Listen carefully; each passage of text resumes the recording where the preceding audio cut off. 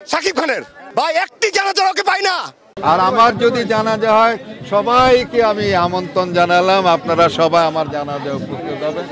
4 জানুয়ারি মারা যান জনপ্রিয় অভিনেত্রী অঞ্জনা, সেই জানাজায় আসেনি শাকিব খান। এর পরের দিন 5 জানুয়ারি মারা যান বর্ষিয়ান অভিনেতা প্রবীণ মিত্র, সেই জানাজায় আসেনি শাকিব খান। এবার যেন এফডিসির কর্মীদের তোপের মুখে পড়তে হচ্ছে শাকিব খানকে, কেন এলেন না তার জবাবদিহি চাচ্ছেন তারা।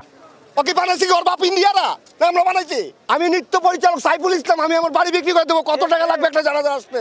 অনেকে বলছেন ফিল্ম হচ্ছে একটা পরিবার, তার পরিবারের একজন মারা গেছে, তার কোনো খোঁজ খবরও সে নেননি। তাদের সাথে কি শাকিব খান অভিনয় করেনি? ওর জানাজায় আমি আসবো না, আমি সবচেয়ে বেশি ভালোবাসতাম ওকে।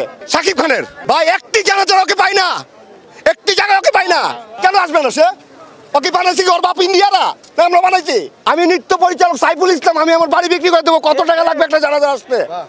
সাকিব মরবে না, সুচিতা মরবে না, ববিতা মরবে না। তো সকল তারকাকেই আমরা দেখতে পেয়েছি, কিন্তু শাকিব খানকে আমরা দেখতে পেলাম না। কোন তারকা মারা গেলে শাকিব খান জানাজায় আসে না, আমরা তাকে শাকিব খান বানিয়েছি। চলচ্চিত্রে কেউ যদি মারা যায় শাকিব খান কোনো জানাজায় আসে না। এদিকে ইলিয়াস কাঞ্চন বলেছেন, কোন তারকা মারা গেলে অবশ্যই আমি আসব এবং আমার জানাজায় আপনারা সবাই আসবেন। আর আমার যদি জানাজা হয় সবাইকে আমি আমন্ত্রণ জানালাম, আপনারা সবাই আমার জানাজায় উপস্থিত হবেন।